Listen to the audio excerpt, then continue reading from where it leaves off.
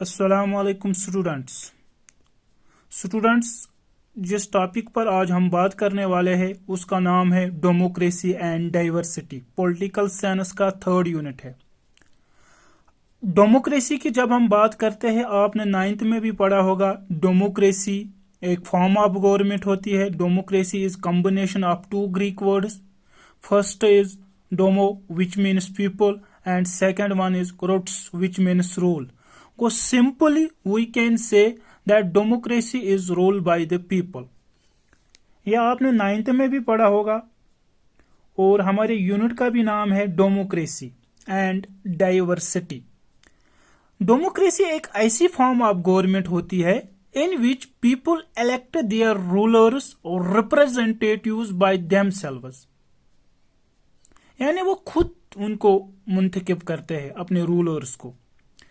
Democracy की जब हम बात करते हैं, डेमोक्रेसी के टू टाइप्स है। First one is direct democracy and second one is indirect democracy. Direct democracy ancient times में पॉसिबल थी क्योंकि पॉपुलेशन बहुत कम थी और लोग डायरेक्ट पार्टिसिपेशन करते थे in the affairs of the state. आजकल की जो गवर्नमेंट होती है जो आजकल की जो डेमोक्रेसी है उसको हम बोलते हैं इनडायरेक्ट डेमोक्रेसी। इनडायरेक्ट डेमोक्रेसी जो है उसको हम और एक नाम देते हैं, that is representative form of democracy. ये क्या होती है, इस फॉर्म में क्या होता है, इस टाइप में क्या होता है, लोग जो होते हैं वो इलेक्ट करते हैं अपने लीडर्स को और वही लीडर जो होते हैं फिर बाद में अफेयर्स ऑफ द स्टेट चलाते हैं, यानी उनके लिए लॉज बनाते हैं, पॉलिसीज बनाते हैं। जैसे कि हम हिंदुस्तान की बात करेंगे, हिंदुस्तान में हमें इनडायरेक्ट फॉर्म ऑफ डेमोक्रेसी हमने यहाँ अडॉप्ट की है।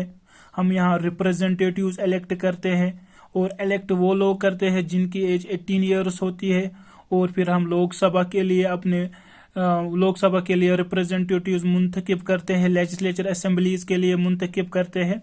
ये जो टॉपिक है डेमोक्रेसी, आपने इससे पहले भी क्लासों में पढ़ा होगा। अब हम अपनी यूनिट पर आएंगे, उस यूनिट का नाम है डेमोक्रेसी एंड डाइवर्सिटी। डाइवर्सिटी की जब हम बात करते हैं वो सिंपली मीन्स डिफरेंसेस, यानी एक डेमोक्रेटिक कंट्री की जब हम बात करते हैं उस डेमोक्रेटिक कंट्री में काफी सारी डिफरेंसेस होती है।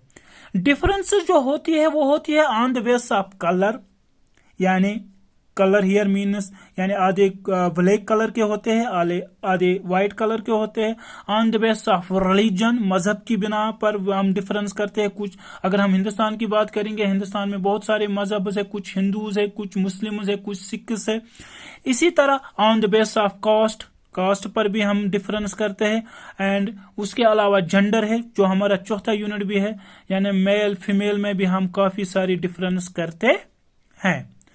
अब जो हमारा पहला टॉपिक इस यूनिट का है, ये एक स्टोरी से हमारा यूनिट स्टार्ट होता है और स्टोरी जो है वो है ओलंपिक गेम्स की, मैक्सिको ओलंपिक गेम्स की।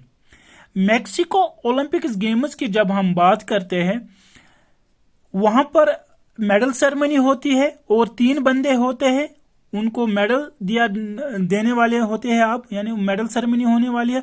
और उन 3 बंदों का नाम था, जो फर्स्ट बंदा था उसका नाम था टॉमी स्मिथ और सेकंड वन जो था उसका नाम था जॉन कार्लोस। ये जो 2 बंदे थे इनको ये अफ्रीकन अमेरिकन थे, ये मैंने ये हाईलाइट भी नीचे किया हुआ है, अफ्रीकन अमेरिकन, यानी जो इनके आबा अजदाद थे वो अफ्रीका से आए थे। एंड जब स्लेव ट्रेड हो रहा था उस वक्त अफ्रीका से स्लेव्स को लाया जाता था, फिर उनको अमेरिका में काम उनको दिया जाता था, स्लेव्स उनको बनाया जाता था, फिर वो वहीं पर रह गए। और ये जो 2 बंदे थे टॉमी स्मिथ और जॉन कार्लोस, ये दोनों अफ्रीकन अमेरिकन थे।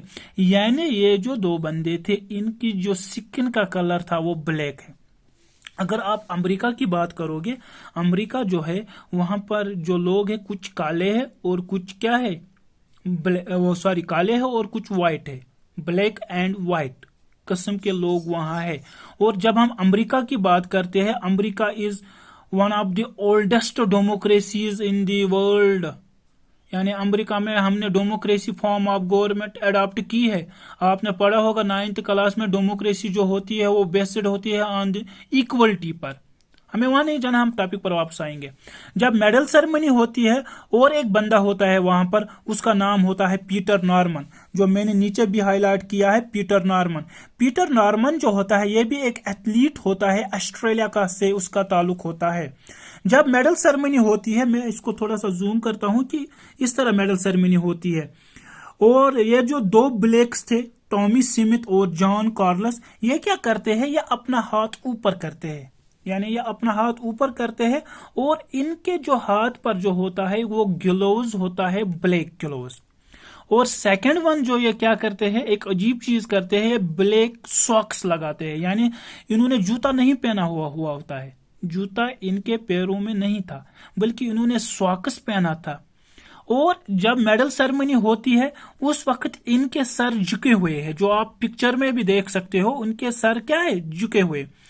ये जो असल में क्या रिप्रेजेंट करना चाहते हैं, ये हमें क्या दिखाना चाहते हैं उस वक्त, असल में ये जो दो बंदे हैं इन्होंने जो अपने हाथ ऊपर किए हैं, इससे हमें ये दिखाना ये चाहते हैं कि अमेरिका जो है वहां पर जो गरीब लोग, ब्लैक लोग हैं, उनके साथ डिस्क्रिमिनेशन होती है, उनके साथ क्या होती है, डिस्क्रिमिनेशन, और कलर की बुनियाद पर इनके साथ डिस्क्रिमिनेशन होती है। जो इन्होंने सॉक्स और ग्लोव्स पहना होता है वो इस चीज को भी रिप्रेजेंट करता है, जो अमेरिका में जो ब्लैक लोग हैं वो काफी सारे गरीब है, यानी वो गरीब है, उनके साथ डिस्क्रिमिनेशन की जाती है।